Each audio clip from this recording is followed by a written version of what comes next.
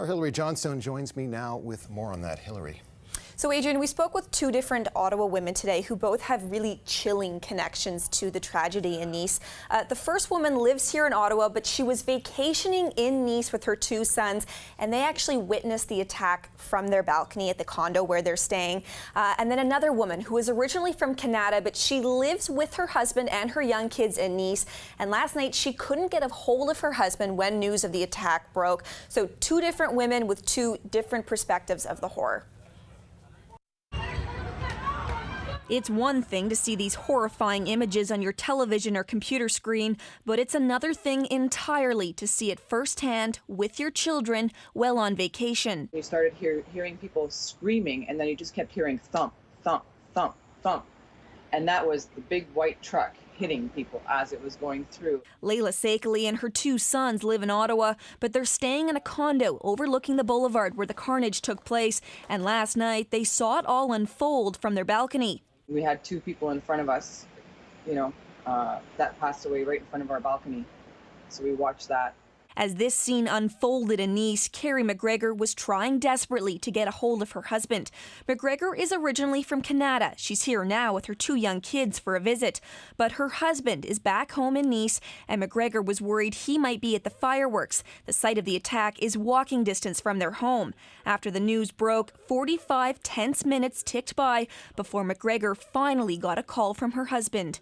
When the phone rang, I walked out of the room and I thought I was about to say, "How are you? Are you okay?" And nothing came out because I was going to cry. I didn't realize how stressful I actually found the whole situation.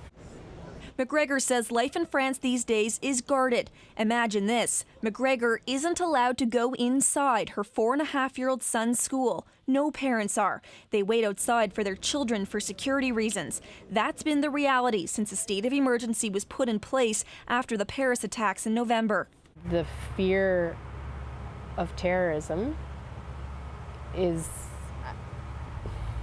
thought about or talked about almost like the weather.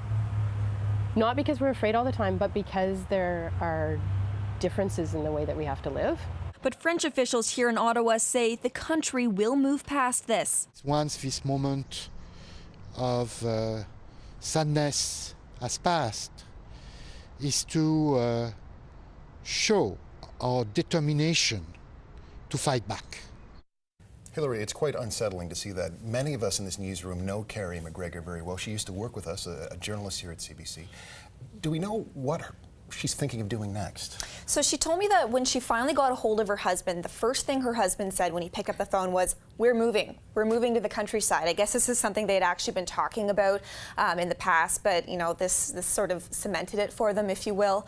And then when it comes to the other woman that we met there, Layla Sakely, her and her sons actually were supposed to continue their trip, but they've decided to cut it short, and they're going to be coming back to Ottawa this weekend. Okay, Hillary, thanks so much. Thank you.